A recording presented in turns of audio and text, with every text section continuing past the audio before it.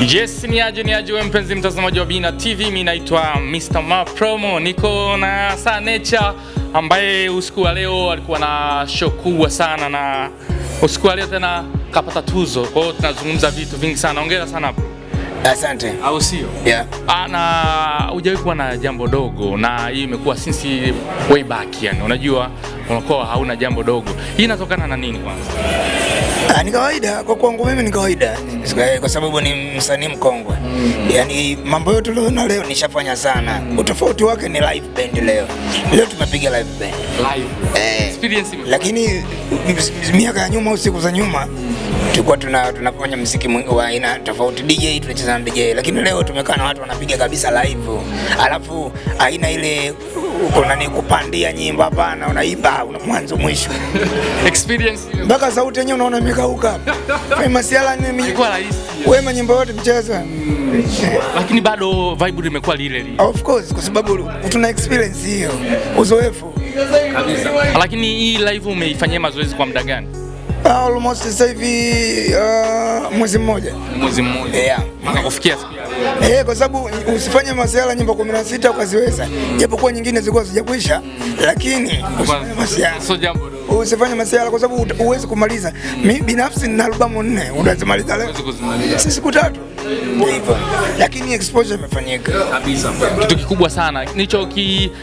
Kilichonifurahisha ni kuwa nimeona watu wamefurahi, watu wamepata ile ladha ya kutoka kwa Nature na wasanii wenzako. Ulitegemea hichi kilichofanyika leo? Of course, kwa sababu nina hiyo rekodi. Yaani mimi naniongoza rekodi siku zote. Yaani kama jambo ni la Juma, lazima litajaza. Utofauti wake unionagi, ndio maana mpaka unanimix. Unaona za watu leo nimisi. Wao tegemea watu wangejaa. Wengine hapo wako nyumbani, wengine wanalia. Juma jamaa, tungekuepo tungejua tungekuepo. Mwingine anaweza leo kana na muuma tu, kwa nini ndio kwa Juma.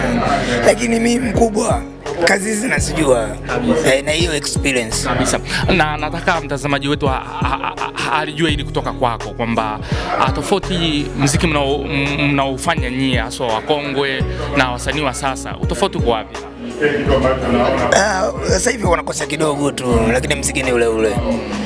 Sana maadili labda kuna uandishi wote na base wanafanana katika epuka sana kwa muziki kufanana. Tutafute kitu ambacho kinaelimisha jamii basi tu, sio tukuzungumzia kwa ya mapenzi ya muziki tu. Si fulani mwanangu, sasa hivi digitali ukitukana tunajua. Sasa tunaenda wapi? Wauni ndio nataka mambo kama haya. Sasa mtu mzima uweze kumwimbia nyimbo za ajabu kabisa. Lazima uwe na mafunzo ambayo vizazi vinapokuja. Na sasa hivi kumekuwa na hizi trending za kiki za mapenzi kwamba huyu kawa na huyu kaachana na huyu kafanyaje. Kwenu ilikuwaje kipindi cha nyuma? Tupitishe kidogo. Hapana, yani vitu kama hivyo ndio nakwambia digitali. Sasa hivi digital imezidi sana. Na nadhani watu wengi wanakuwa wanakosea katika hizo system.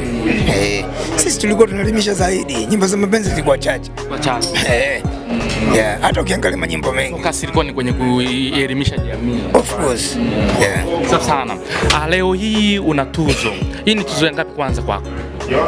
Tuzo nishapata South Africa, nishapata tuzo hapa Bongo, lakini sio Kilimanjaro. Kilimanjaro nilikuwa nominate tu msanii bora, lakini sikuweza kuchukua tuzo.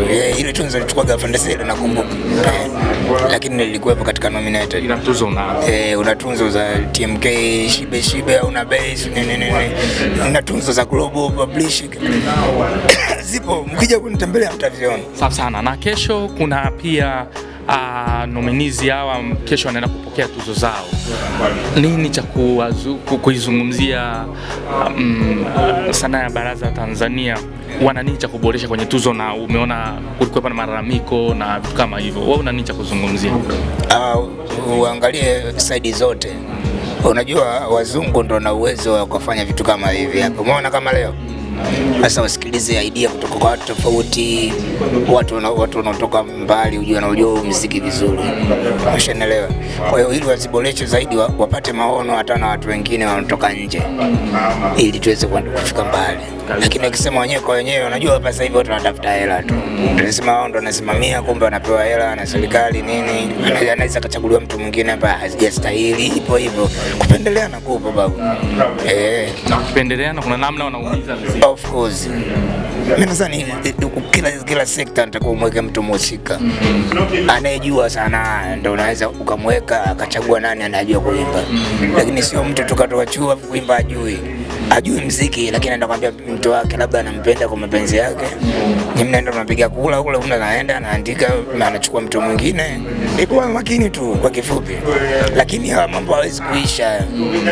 Hivi unadhani ukipewa, let's say Tanzania ikajua umuhimu wa mziki ulikoutoa mpaka ulipo sasa hivi, kesho kapokea tuzo ya heshima kama inavyofanyika kwa wasanii wengine, hajashiriki kama nominizi lakini wanampa tuzo ya heshima kama hii ya leo, utaipokeaje?